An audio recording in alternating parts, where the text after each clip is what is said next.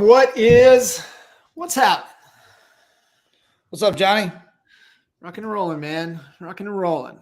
Give us the good news. Give us some good news here. Good news, man. We're literally almost at our goal for sponsorships for Rock and Rescue. Tickets are starting to fly off, and we're off to a really good jump on agent to CEO.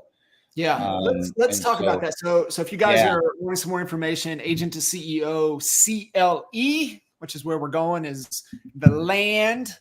Cannot wait to get there. I love the land and being able to come up there. So many. I mean, it's just yeah, it's amazing. So I love it, and I love the venue. I love where we're going to be at, and then I really love obviously this event. I mean, it's what I live and breathe agent to CEO every day, right? It's just our whole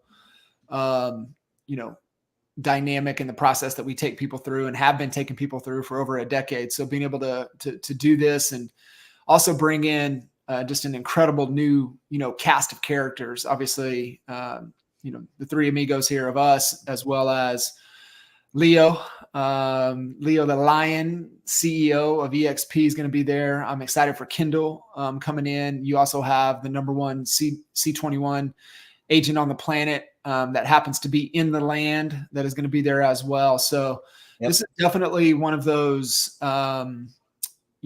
special events. We've only done it 3 times. This is our 4th time. We did it in 19. And then we did it virtually in during 20. And then we obviously did it in the land 2 years ago. So piggybacked. It's just incredible event around Rock and Rescue and really what it stands for. I think that's the event. Agent to CEO is just a bonus. And so I would love for you to, you can't talk enough about Rock and Rescue. I think you need to kind of share that story and what it's about, and where the proceeds and the whole attention and really what it is, because that's like, guys listening in, Rock and Rescue is the event. We're just doing agent to CEO as a piggyback. We're all going to be there. We're going to, a lot of great agents that would come to Rock and Rescue anyways. So might as well, throw one of my favorite events is agent to CEO. So being able to do that with Rock and Rescue, man, I would love for you to kind of unpack that. Like I said, we can't share that enough. Yeah. I mean, I actually started digging in, believe it or not, on my screen right now, John, I have my from basically 2011 to, when I sold the team, every quad track that I had, and how we lined them up. So like, if you went to the side of it, you could see the actual, all the previous years to like be able to compare side by side. Yeah. And I remember going back to 2011, if you remember 2011, we were just coming out of the recession. Things were starting to like slowly rebound. I think my team did just over 600,000 in revenue. And in 2 years, we broke over $1 million. We almost doubled it in 2 years. And so in looking back, it's always fun to see what took me from there to there. How did I break through that $1 million revenue? Some would call it a ceiling. Some refer to it as like that's their North Star. That's their goal. Yeah. There's things that you just have to do differently. You have to think differently. You have to have a different amount of clarity when it comes to your strategic plan. Yeah. The way you think about the people around you has to be different. Everything really has to change. And I just believe that you have to develop a new skill set. It's not about, I'm not saying that you're going to get away from the tried and true scripts, dialogues, but it transfers from you learning them. If you're trying to go from a 6-figure business to a 7-figure business, you have to learn a different set of skills. One of those skills is you have to start transferring the wisdom and the knowledge that you've learned to get you to 6 figures to your agents that are trying to be you, your agents that are trying to grow, to try to most of them that are going to join you, they're just trying to get to the 6-figure. Yeah. You're trying to get to that $1 million and beyond mark. In order to do that, you have to master being able to lead people. Mm-hmm. And I'll back that up in saying that before you can do that, you got to lead yourself. But that we're going to just assume that there's a check in that box, which, let's say that there's never a check in the box because we're always evolving. We're always getting better. We're always learning. But you do need to have a certain level of leadership for your own decisions, your daily rhythm, your discipline. If that's not there, you're going to attract agents that are similar, that they're not going to be disciplined. They're not going to come and work hard. They're not going to try to outwork you. And maybe they're not even hungry enough to want to make 6 figures. You can't teach hunger. But what you can do is you can inspire people by how you lead, by walking that walk. I mean, you were my coach during that time. You saw me through all the good, the bad, the ugly. And as far as the good goes, you remember we had these conversations like I wanted to back out of production, but I couldn't because I was bringing 50% of that revenue to the bottom line. That's a lot. Yeah. So, what you're going to learn about agent to CEO is how to slowly start to replace yourself. John Sheplack was one of the first people I saw on stage at NAEA when you, Mike, Jay, Wally were doing the Exponential Growth Summit in Dallas. He stood up there and he said, if you want to grow your real estate business, you need to start replacing yourself every single day in your real estate business. Yep. Said differently, you need to stop doing the 12, 10, the $10 an hour work, the $12 an hour work, the $15 an hour work, and even the $20 an hour work.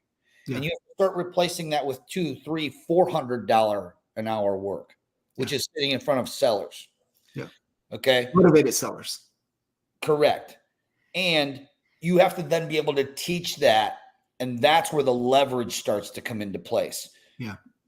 Obviously, you could have all that and the wrong model, and you're not going to make any money. So you have to nail the model, which is another part of agent to CEO that we covered. Do you have the right model? Is your team model, does it need to be tweaked?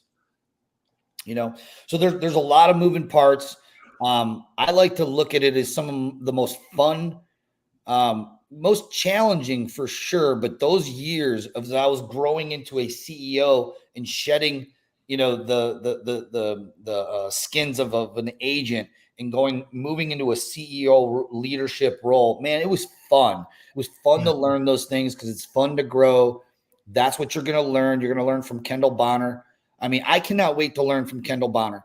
And just as, kind of an FYI here, guys, this is what I do when I'm on these calls with, I don't care if it's John. I don't care if I'm on calls with Leo. I'm writing notes. I'm learning every day. I actually went to Michael Hellickson, who Michael. Yeah. He came to Cleveland. I noticed he was coming. I got an invite, right?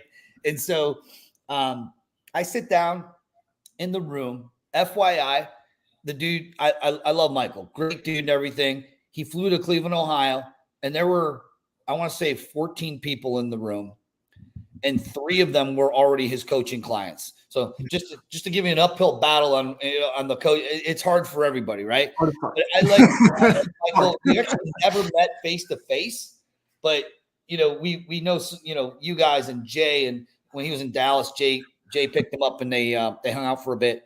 So I sat there and he didn't recognize me at first, but the guy in front of me did, and he looked at me, and he actually used to be with EXP. He turns around and he sees me, and he goes. At the end, he looks at me and goes, dude, I wouldn't have expected to see you here. And I'm like, well, why not? And even with listening to Michael, I took 3 pages of notes. Always. Don't think you have it all figured out. Because the second you think you have it all figured out, you actually are you have blinders on and you're bullshitting yourself. You're done. You're done. This is the other thing I wrote down in one of our other things. Like I write it on junk mail. That's so stupid. But whatever I can grab, I fucking write it on here. I wrote, what's your relationship with the mirror versus the window? That's it. It's the most important relationship you can have. I looked at that guy and I said, look, I got 3 pages of notes here. I knew coming here that I don't know it all. And I know leaving here, I don't know it all. But what I do know is I've learned something today that if I didn't get up, drive downtown Cleveland, come to this event, that I wouldn't have learned from Michael. You know, and he's a brilliant investor. He's his kid is like number one listing agent in the coaching. I mean, he's just on fire, and he's like 22. His boy. Just trust the process. You can learn something from this, right? So, you know, that's I guess all I'll say is that, you know, agent to CEO is when you're ready to go from the minors to the big leagues. You know, when you're looking to go from amateur to pro. Yeah. And when you're looking to go from amateur to pro, there's things that you have to learn and things you're going to have to change about your behavior, the way you think, the way you make decisions. And that's what you're going to learn from John Kitchens, Jay Kinder, Kendall Bonner, Leo Pereira, and of course, Mike Ferrante, number one C21. He's so cool. Mike's like, what could I share? I'm like, brother, you have the number one Century 21 team in the world. We'll pull it out of you. Don't worry. You didn't just get there by accident. I'll pull it out of you. Don't you worry.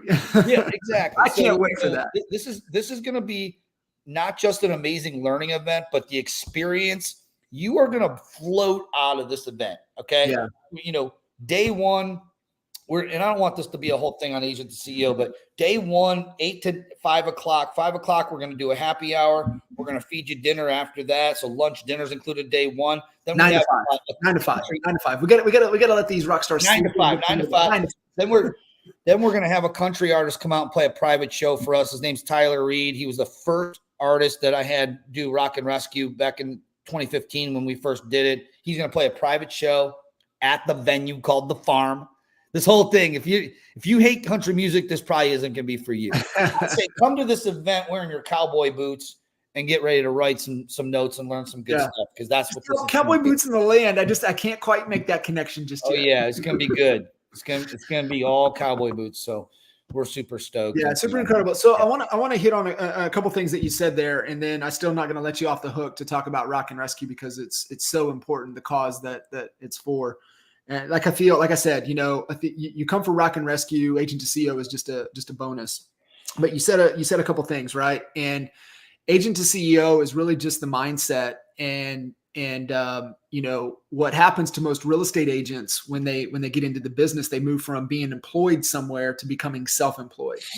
And 95% greater, I would even probably say greater, probably 97% never make the jump from self-employed to business owner. And it's a mindset shift and how you have to think differently. And it all starts in the mind, but you need to have a roadmap of understanding of the difference between self-employed and a business owner. Yes, you can be on a team and still have a business owner mentality, because it's your own business, and how are you taking responsibility for that business? And there are just key pillars and fundamentals that you can't argue with that apply to any business. It doesn't matter if we want to set up a snow cone stand outside of the farm, there's still business principles that would apply to that would apply to our agent attraction efforts, that would apply to, you know, just selling residential real estate. If you're a solopreneur, a solo agent, or you have a small team, or you have a massive mega team, or you have the biggest team on the planet, there's still things that apply to no matter what. They're just interchangeable. And so being able to pull that from, you know, the three of us, being able to pull that from the number one C21 agent on the planet, being able to pull that from the CEO of EXP, being able to pull that from Kendall Bonner, like there's just things that are just invaluable. And I'm going to say it again, come for Rock and Rescue, but the bonus is going to be agent to CEO. Yeah, man. You hit on something that it totally just like made it click, because the truth of it is there's probably 10x more agents in and outside of Honey Badger Nation, just in the EXP as a whole, that are on teams versus team leaders. That's right. That just has to be, right? And so when you're looking at like, who is this for? Normally, I would be saying it's for someone that's looking to go from 6 figures to 7 figures and scale their business up, get more of their time back, and not give up their income.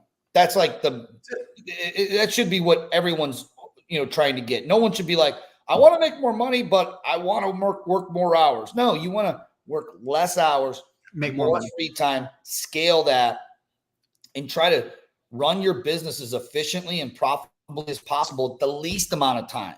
Yes. Should be the goal. That's it. Yes. Going back to the team members versus team leads. If you're a team member and you have aspirations one day to run your own team, what better time to start learning this stuff than right now? You are still an independent contractor, even though you're on a team. You're still running your own business, filing your own tax returns as a 1099 employee, as a team member.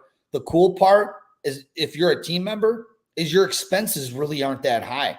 No. Now, your biggest expenses you're split with your margin, right? That's your margin from top line revenue to what actually comes into you for salaries, expenses, and profit. That's it. That's huge. That's the only thing that changes. This is huge, though. As a team member, let's just say you're a team member and you're on a 50-50 split. Do you know that that's a bigger split than I was, getting as the owner of my team, after I paid not only all the splits, but then all of my expenses, which includes your payroll, rent, printer, coffee, like all of those things. My margin was tiny compared to yours. Think about this, Al. Let me put this into context for everybody. So typically, as an owner, even up to $1 million in revenue, you're not even paying yourself 20%. So think about this. You're paying yourself maybe 15%, which would be $150,000.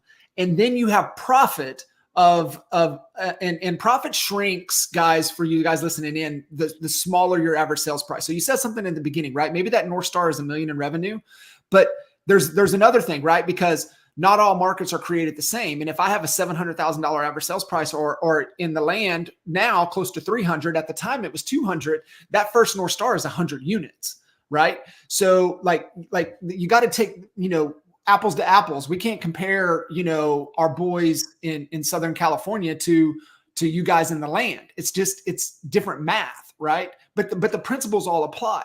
So think about that. At $1 million in revenue, on a good year, you're paying yourself 15%, probably closer to 10.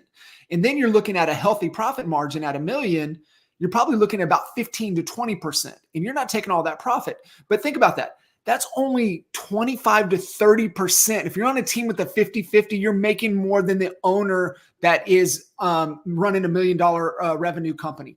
You are. Guys, it's just math. And that's what you learn at being a part of Agent to CEO. Yeah. And the ability to actually do that math, like I remember, and you know who I'm talking about, I won't need to say a name here. When I sat down and after I had brought my brokerage into EXP, I had the opportunity to merge my team with another team. This team wasn't as big as my team, but they had the potential to not quite double my number of agents, but almost double it. And so we're sitting down there in negotiations, kind of talking about this, that, and the other thing. And I asked this guy, this team leader that I was considering merging with, I said, "Hey, man, what do you pay yourself, for a market-based trade?" I already know this answer. I know you know this answer. So, when you start to run your business as a CEO, your salary and your compensation to run that team and run that business should be what we call a market-based wage. Meaning if it was, just a position out there out in the open that you were hiring to run your business, and let's just say that it was a, $500,000-$600,000 a year top end revenue, small business, how much would you have to pay someone to manage that business for you if, they were doing it all? They were the CEO. Yeah. And you work a formula that you can use to find that number. Yep. I asked this gentleman, and by the way, when I was, doing about anywhere between 1 to 1.5 million in top end revenue, I was paying myself about $120,000 a year as the CEO, roughly. Not a lot of money, but that was my market-based wage. For sure. That I felt was fair. So that becomes a line item on your P&L. Yeah. I asked this gentleman who was, an acquaintance, if you will, at the time. And I said, "So what do you pay yourself to run your team?" He said, "All of it." Yeah. All of it. Literally, he wasn't paying himself a wage. Whatever was left over at the end, that was it. That was it. Al, no cash reserves, no money in case, the shit hits the fan. Yeah. And the distinction out that everybody needs to take from that. Yes. And there's nothing wrong with this, guys, right? Paying yourself all of it. There's nothing wrong with that. There's obviously severe downside, but it's a lifestyle business. Okay. There's nothing wrong with building a lifestyle business to where you suck it all. You build a lifestyle around that. It's going to ebb and flow. It's going to go up. It's going to go down. You're going to ride whatever's riding. What we're talking about here, just so you guys are crystal clear, what Al is sharing with you. And this is why I said, make the difference between self-employed to a business owner mentality, a business owner mindset. You have to look at your compensation as a line item, and you only have so many dollars to put that best team on the field, and you're a part of that team. And so to your point, I want everybody to understand the distinction between lifestyle and an actual business. Yeah. And, honestly, before I learned about, the market-based wage from the book, Big Numbers, Straight Talk, Simple Profits. Straight Talk, Simple Profits. I was paying myself all of it. And, sure. And no wonder why I found myself behind the 8 ball, sweating, sleepless nights, wondering how I was going to make payroll the next week when I didn't have any closings coming in. That's right. I had to pull money from my savings to do it. So anyways, look, you're going to learn. Look, Leo Perez had 2 exits. He exited his real estate team. He's the #1 KW agent multiple years in a row. Sold that, started a tech company, sold that, had an exit. His lax exit, most would just say, I'm retired at this point and I don't need to work. And he does not need to. Now, it takes certain skill sets, certain mental models in the way you make decisions to be able to do that successfully. It's extremely rare that someone could do that, not once, but literally twice. But success leaves clues, and you're going to get all of those success clues when you come. Obviously, Kendall Bonner, she's a brilliant, brilliant mind, a wonderful leader among men and women. But among the ladies, she's just like super impressive. Everybody loves her.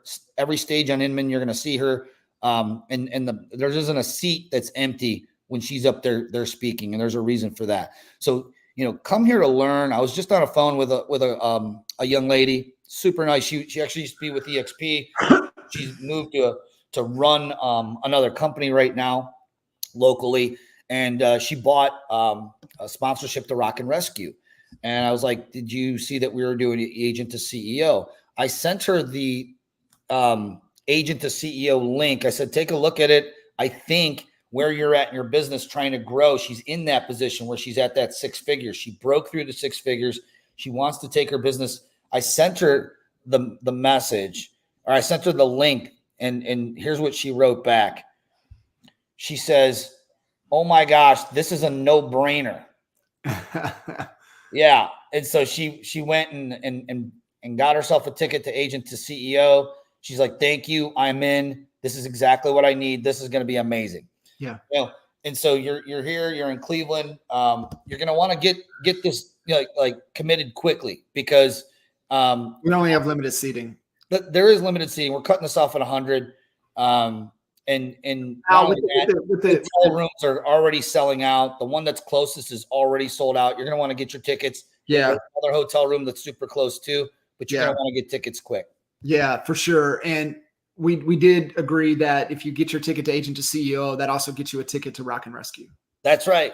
So come see Gary LeVox with us if you're a country music. Yeah. Unpack Rock and Rescue real quick, because like I said, I don't want to let you off the hook with that, because it's such an important cause. Like it's the reason that, like, I even said, hey, yeah, let's do agent to CEO, and agreed to come up there. I mean, I would come up for Rock and Rescue anyways, but to take on the endeavor of agent to CEO with everybody, it's not easy, right? It's a heavy lift, but it's well worth it to support just an incredible cause. So yeah, please unpack Rock and Rescue for everybody.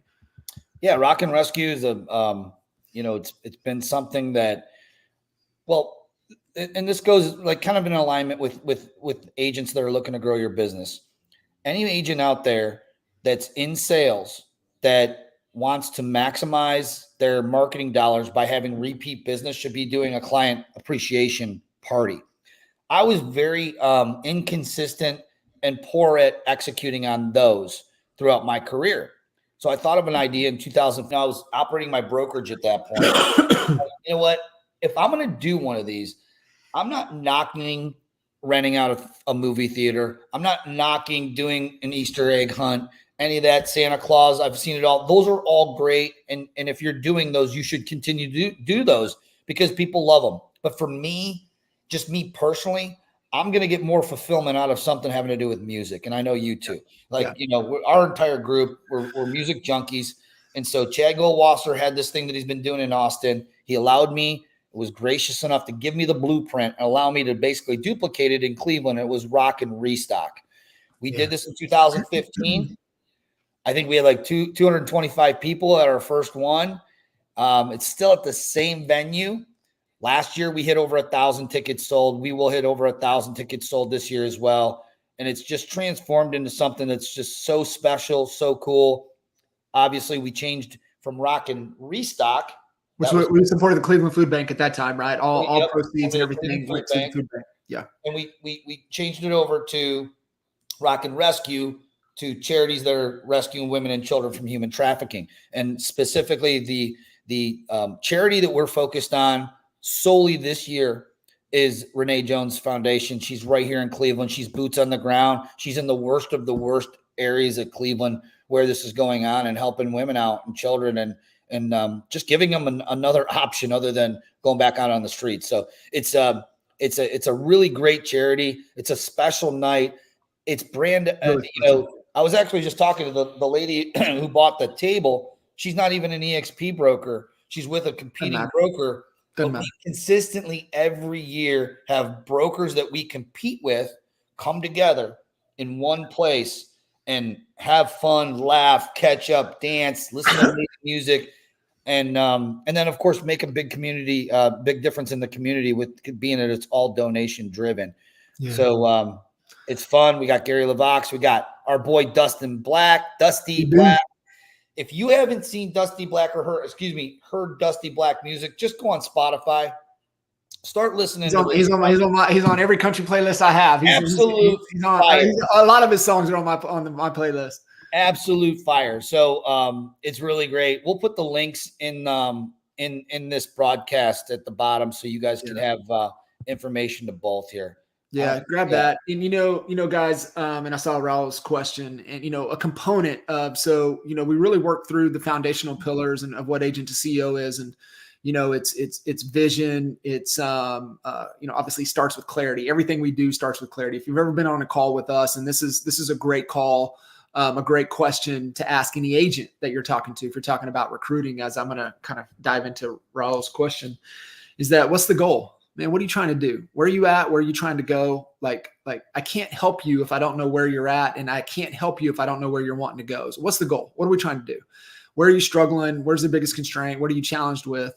And a lot of people have a hard time with that because what happens is that most agents get lost in survival. And survival is just making sure, dude, I got payroll covered, or dude, like I got my mortgage covered next month. And so the problem is that if you just stay in survival, you live in a circular world and you're moving to no destination. And that's where vision comes in. And I'm so adamant about vision because without a vision, the village will perish. And the problem is too, is that the thing with vision is that if you don't have a big enough vision that your team members believe that they can accomplish their dreams, they will leave you. And until you've experienced those Christmas presents, then you don't understand how important it is to have a big, compelling vision that keep people bought in. And I mean, this is why I'm passionate about it, because things where I've separated from other people is because there's been no clear vision. And it's one of the most important things that you guys have to have if you want to have great people on board with you and helping you. And remember, Tiger Woods has a team, and I'll get to that just in a second. You can't do this on your own.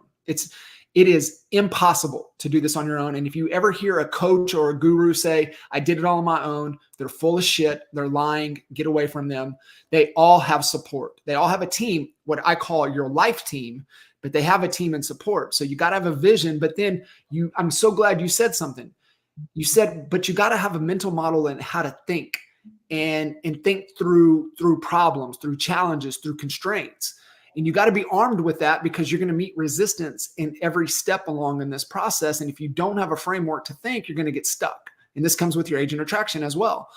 And once we have that, then what you touched on was, what is our business model, right? Am I in the business of building a team? Am I in the business of a solopreneur? Am I in the business of recruiting? Am I in the business of attracting? Am I in the business of selling snow cones? It doesn't matter. What's our business model? And then once we have that and we have our business model, then we get into solving the right problem. That's strategy, right? A good strategy solves the right problem. And part of the thinking is being a strategic thinker. And that's how you go from being self-employed to being the CEO and the owner, and taking ownership of your business. But once you have those components, man, then it comes down to the squad. Dude, what's the squad look like, man? Like what's that people component? Because like I said, Tiger Woods has a team. Everybody has a team support. It doesn't matter if you want to be the solo agent. You want to be completely leveraged with all administrative. If you want to build a small dynamic, team of assassins, if you want to build a massive mega team, or you want to make a run, at my boys out in Utah, 115 deep on their squad right now. Whatever it is you want, it doesn't matter, but you got to be able to have an amazing value proposition of why somebody would want to come and be a part of your organization. But you got to add up all those components. You got to be clear. You got to have a vision. You got to know how to think. You got to have a great business model that attracts those type of people. You got to have the right strategy, strategic thinking. We're solving the right problems. And then it's just like, dude, how do we build it, man? How do we build it? Like, who do we go get? Who do we need? Right. It turns into the who, not how factor, and really building that out from like what you said. And I'm excited to have, some of the best ever to do it in the land, to be able to share with everybody and give everybody the framework to be able to run with. What up, cuz? What up, man? Just had a great recruiting call, and man, everything you were just saying resonated so much with this conversation I had with this guy. He's from Lawton, and he's not a tough recruit, but his girlfriend owns a brokerage, and he's trying to recruit her over to EXP, and like he totally gets everything about the model. He's like, why would I go anywhere except EXP? The business model is so clear, so much better. Like, having that platform and understanding that, people that get it, I just really appreciate people that get it. Yeah. They're all fun to talk. What's crazy though, I think what you'll see, and this was really good. And B-Town kind of lended this perspective to me. He's like, man, he said, the big box stores, they're not going to go anywhere. They're just going to fade off, right? They'll just sunset and they'll just die off. So, the heads of those will have to be strategic in what they do in navigating mergers, selling off assets. They'll have to get kind of creative, because the future is the platform. And as we can see, the emerging, pop up, copycats, or, modeling after the model. I think it's proven, right, that, what Glenn's built is the actual platform. But like, to your point, is like, if you don't get it, you don't get it. Like, they're just not problem aware yet. Mm-hmm. And I think to your point, with these other big brocks, they feel that that's their opportunity. But at the end of the day, the only asset that they have is maybe the real estate, because they don't know how to control the consumer behavior. They're not building a database. They're not building assets. They're not thinking like a business owner. They're just reactive. They're in survival mode. They're throwing, they're not doing the math. They're throwing wrong value. It's just, it's a mess, and it's a mess that I don't care to try to untangle for those people. That's on them. And that's why I really agree with Brandon, is that they'll sunset. They'll just fade off into the sunset. And then maybe they have some assets that somebody can go pick out of there. But as somebody merging and taking all over that business model, like, I wouldn't want to touch it ever. Ever. Not for me. Mm-mm.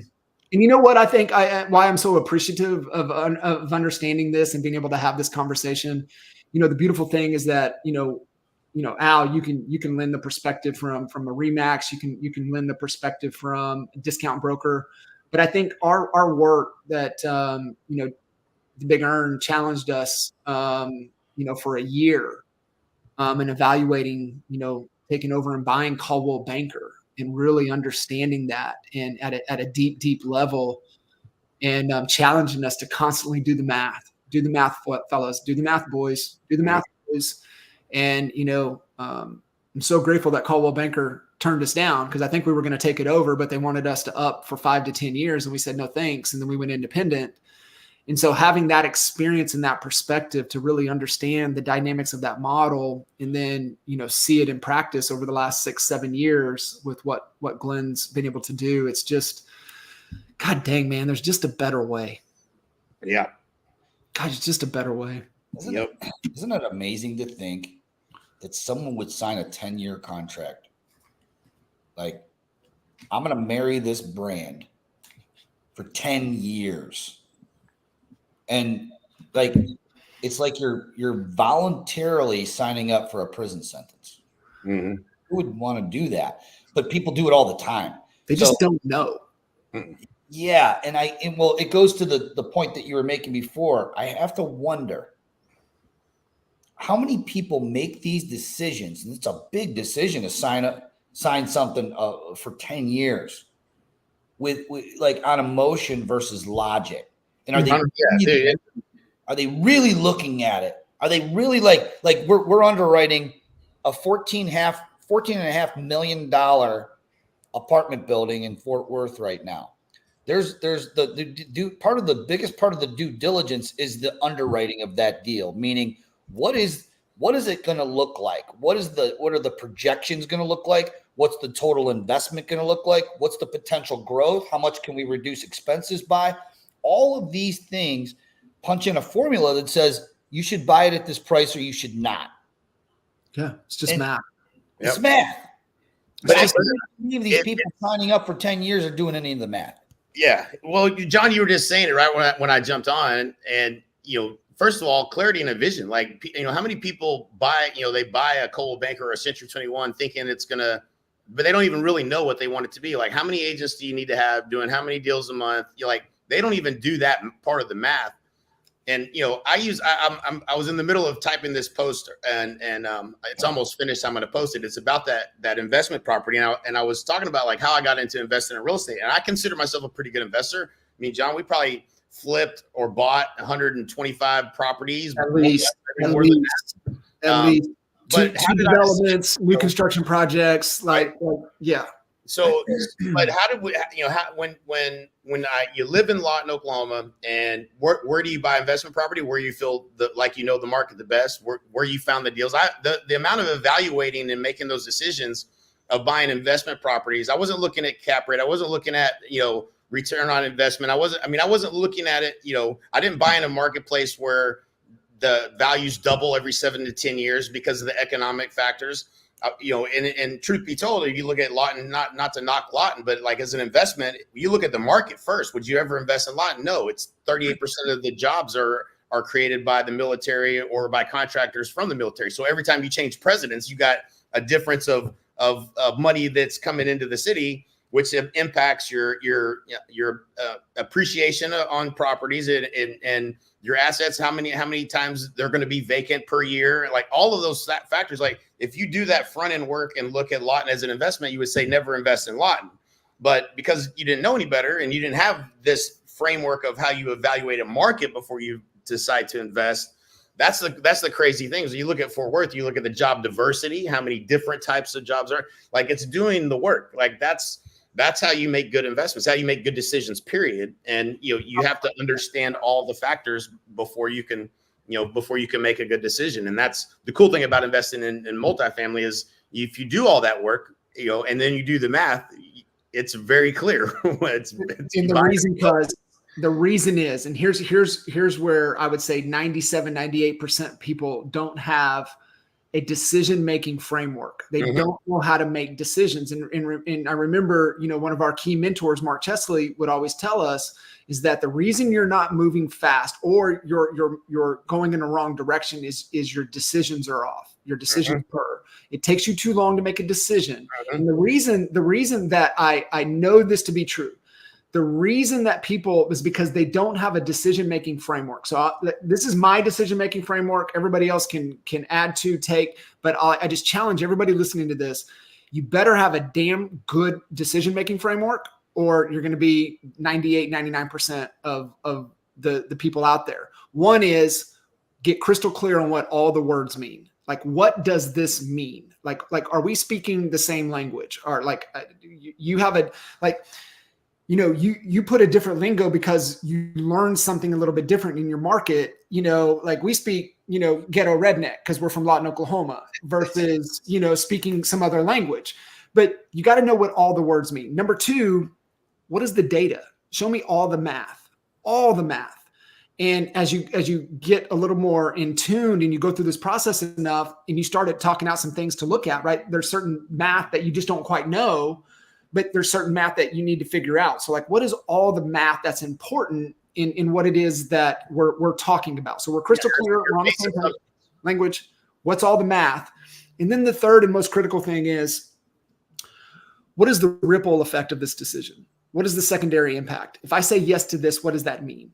And so, like, if we were to take over Caldwell Banker, we knew we had 3 years, and we would have signed if they would have let us just take over the Big Earns deal. I know we would have. We were right there. But they made us re-up, and we're like, I'm not okay with that ripple effect. I'm not okay with that secondary impact of being married to something for 5 years that we might not wholeheartedly believe in.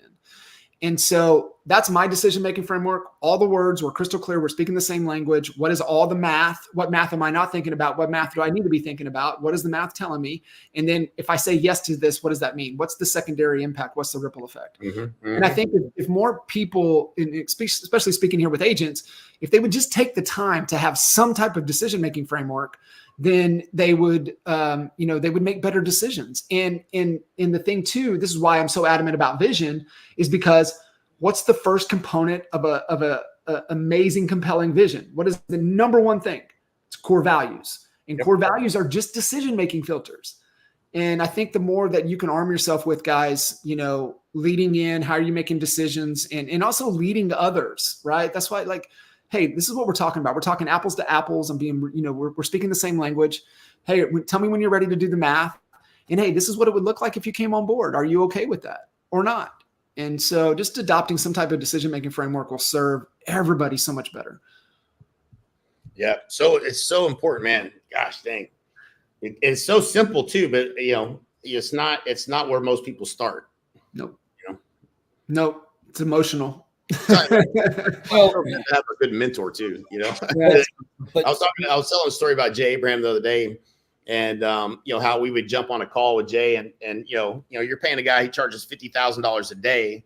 You know, when you get on that call, you are prepared before you get on the call with what is the problem, what's the goal, and he would always say, what's the goal, and then we would tell him the goal that we had so hard worked at, you know, getting clear on. And then he was, is that really the goal? And then you'd be like, shit, is that really the goal? Well, you should question ourselves. Yeah. And I think if you haven't taken the time to get clear on the goal and the math and really think about the impact into the future, then you're going to. Yeah. Well, the thing he brought to the table too was, you know, being in over 400 different industries is sometimes, well, like, just like the example, you know, when Stace came to me and I tested the whole same theory of, you know, how Jay Abraham did me and us on that call, and I did it to you guys and to Stace. What's the goal? Well, we had 2 agents leave the company, so we need to go recruit some agents. Is that really the goal? Well, actually, the goal was to replace, you know, whatever it was, $2,500 something.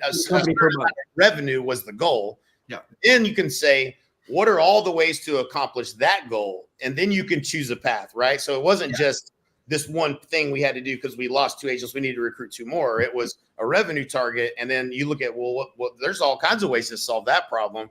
What's the best way to solve it? And the fact we had 80 or something listings that, you know, hadn't sold, we focused our labor dollar and effort on getting those listings sold. We solved the revenue problem. And then we also had a secondary, you know, second priority of recruiting agents, but that wasn't the best way to solve that revenue target at the time. Goal, right? Because then you start to take in cash conversion, all that other things, right? So there's a lot of things to go into thinking. And yeah, I mean, I think it's looking beyond survival. I think it's slowing down. What are all my options? Here's the other key component, and I'm going to tie it right back in. environment is greater than willpower, and it's who you circle yourself with, put yourself in your circle. Who's in your circle, who are you listening to, who are you consuming? All of you guys listening in, part of Honey Badger Nation, I can promise you're not tapping into the resources available in this community. It is one of the most, I'm still just at awe of this entire community, the Honey Badger Nation. It's unbelievable. I've got the man. I got Kyle Whistle back on Expert Mentors next week. Really? Who out there can just call up Kyle and say, "Hey, bro, I need you to hop on a podcast with me again real quick." Sure, I'll be right there. And he's like, if anybody in this community would just reach out to him. I mean, just reach out to anybody in this community. And one thing I'll challenge everybody and let you guys kind of take us to the finish line. One of the things that we used to offer in Mastermind is that they got 2 unstuck calls with you or Mike. Mm-hmm. I had during the Mastermind run, I think I had maybe 1 or 2 of all the people that I had the opportunity to work with and coach that actually took advantage of those calls. Yep. Dude, if you don't ASK, you don't GET. And I'm just telling you guys, reach out. It's not just the reach out. It's man, get clear on what problem you need to solve. And when you are clear, man, it's easy to get on that call. You know what I'm saying? Shoot, I know what problem I've got to solve. And, that benefit of all those years of going to those masterminds, we talked about this not too long ago, but half the value of being in the mastermind, I made a post about it. Half the value of going to the mastermind was knowing that we were going to have to get up in front of all of our peers and explain our biggest problem. That's half the value of even being in the group. You know what I'm saying? It was man, we're going to get on this plane and we're going to go, what are we going to tell them our biggest problem? What do we need to solve? And that pressure of spending that money to be in that mastermind and then knowing we're going to get in front of them and ask and be very clear and articulate what it is we're trying to do and what's keeping us from get there. That was where, that's where these calls become valuable. So you got to do the work and understanding okay, here's where I'm at. Here's where I'm trying to get to. What is the number one thing I need to solve in order to get to that goal? What's the number one problem I need to solve? What's that rock in your shoe? And then, get on that call and you'll get amazing answers from that because. Yeah. And I know Al, you do this. Jay, I know you do this. When somebody gets on a call with you, that's usually y'all's first question. Hey, what's the goal, man? What are you guys trying to accomplish? What are you trying to do? Yeah. The one thing that I want to mention that we haven't mentioned yet, and this actually isn't even talked about in Agent to CEO, but I was just kind of trying to remember back to when I was growing the brokerage and the stickiest parts, the parts where we were producing not only at the highest level, but everyone was having the most amount of fun. Mm-hmm. And I believe that a couple things were in play. One, I'll fast forward to where I believe my point is, and that's enthusiasm. Literally just having so much that it's contagious and so contagious. How do you get enthusiastic? Well, I personally get enthusiastic when I learn more, when I get more clear myself. Then I start getting more excited. And what you're going to start to see is the fear level starts to go down and your enthusiasm starts to go up.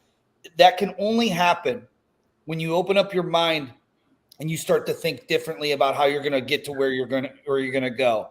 That enthusiasm behind the vision, you can have this really cool vision, but if you can't articulate that vision to your team and get them behind it, when we were doing Rock and Rescue, our goal was how many meals every year? How many meals can we provide to the food bank? Our goal wasn't sales because the sales drove the number of because we would donate, $25 per sale to the food bank, which provided 100 meals. Okay, that's how the ratio worked, right? So our goal was meals. We can get behind meals, right? Hey man, we're not hitting these sales goals. What's suffering over here is how many meals we're going to provide, whatever, right? And that kind of married beautifully into our client appreciation party, which was Rock and Restock, which became Rock and Rescue. And now, that enthusiasm still, I don't even have the team. I sold the team 2 years ago. And what's cool is another person on my team has taken over. So, Stasek Group, you won't see that really anywhere in Cleveland, but the team's still alive, right? Because I passed the torch to someone else who's enthusiastic about carrying that on, right? And, I'm getting ahead of myself, but I say this every year that this is going to be my last year doing Rock and Rescue. It may not be, but 10 years is next year is 10 years. You got to hit the 10-year, bro. I'm going to hit the 10-year. I'm going to pass that torch over to the next leader. I'm already, grooming the next generation of leaders with enthusiasm. Yeah.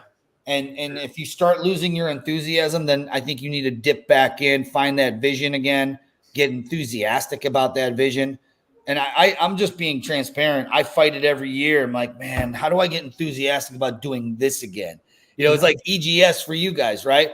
But then once you're there, you're like, wow, this is fucking amazing. Yeah.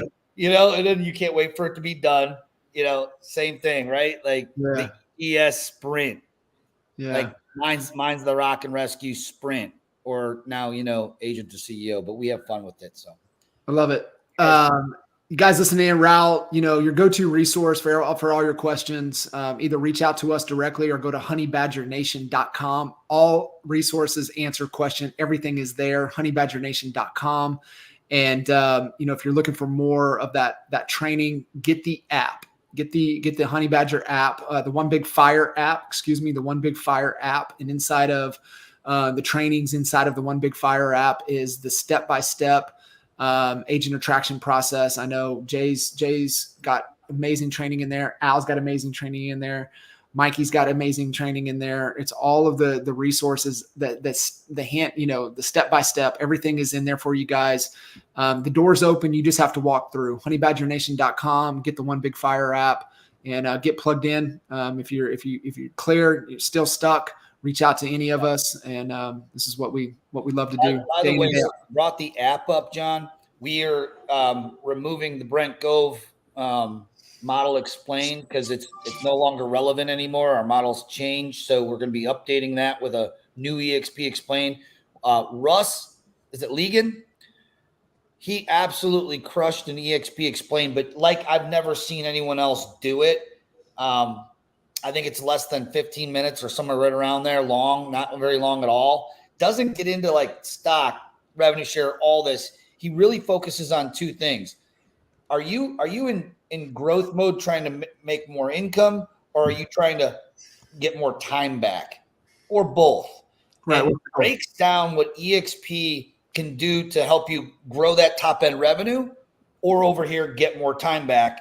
And really, like, where do you fall on that curve?